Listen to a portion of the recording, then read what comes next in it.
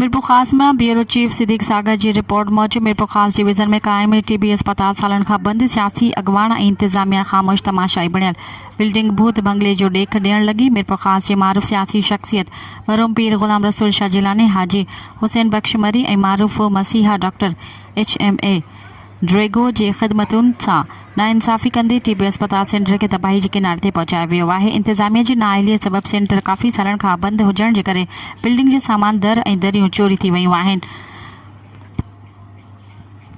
Tharparkar district development association Mirpur खास पारां शहर के विच इलाक़े नाई पाड़े में 1960 ईस्वी में वडे एराज़ी ते टीबी सेंटर कायम किया वियो हो, जंहिं लाइ शहर के मशहूर डॉक्टर ड्रेगो मरहूम जूं काविशूं क़ाबिल ज़िक्र आहिनि। जॾहिं त टीबी सेंटर में मोज़ी मर्ज़नि में जंहिंमें टीबी और कोढ़ के इलाज बेहतर किया वेंदो हो, उन वक्त जे थरपारकर डिवीज़न जंहिंमें मीरपुर खास, उमरकोट और थरपारकर शामिल हुआ ऐं ॾूरां इलाक़नि में टीबी जा मरीज़ हिन सेंटर में इलाज लाइ ईंदा हुआ।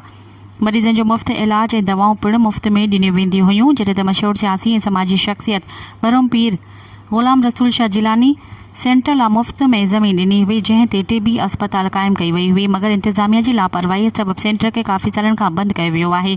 करोड़ रुपयनि जी प्रॉपर्टी हिन वक्त ज़बो हालीअ जे वर चढ़ियल आहे। जॾहिं त इमारत में लगल दरवाज़ा, दरियूं, सिरूं और ॿियो क़ीमती सामान पिण चोरी थी वियो आहे।